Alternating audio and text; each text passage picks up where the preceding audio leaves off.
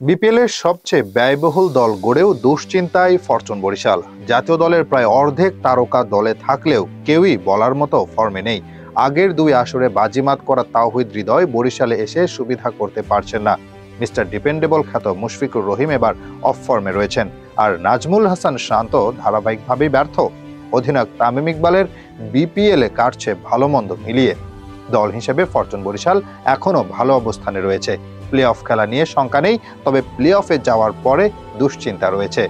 Champion হওয়ার জন্য প্রয়োজন দলগত পারফরমেন্স, সেদিক থেকে পিছিয়ে আছেন বরিশালে থাকা দেশি তারকারা। তামিম ইকবাল ভালো করছেন, কিন্তু আগের বিপিএল এর তুলনায় কম। তিনি এবং মাহমুদুল্লাহ ছাড়া অন্যদের পারফরমেন্স বলার মতো নয়। তামিম ইকবাল এ পর্যন্ত 8 ইনিংস খেলে 230 রান করেছেন, 50 পেয়েছেন 2টি, রয়েছে 48 বলে 86 রানের অপরাজিত একটি ইনিংস।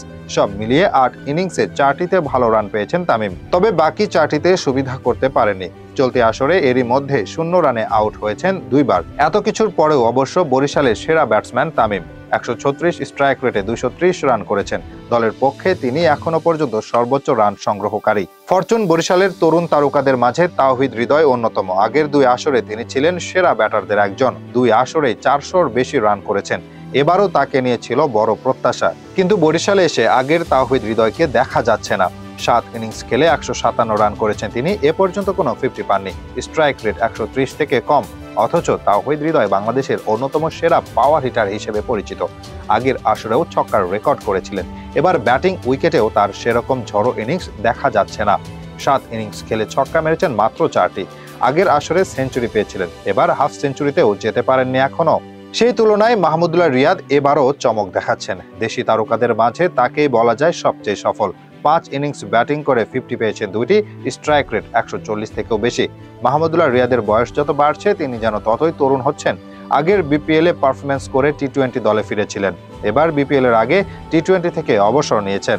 তবে পারফরমেন্সের ধার একটুও কমেনি, আগের আসর থেকে এবার স্ট্রাইক রেটও বেশি। তবে মাহমুদুল্লাহর মতো আরেক অভিজ্ঞ খেলোয়াড় মুশফিকুর রহিম এবার পারফর্ম করতে পারছেন না। 5 ইনিংস খেলে রান করেছেন মাত্র 78, এ পর্যন্ত একটাও 50 নেই। 24 বলে 34 রানের একটা ইনিংস আছে, সেটা এখনো পর্যন্ত সেরা। আর কোনো ম্যাচে 20 রানের বেশি করতে পারেননি।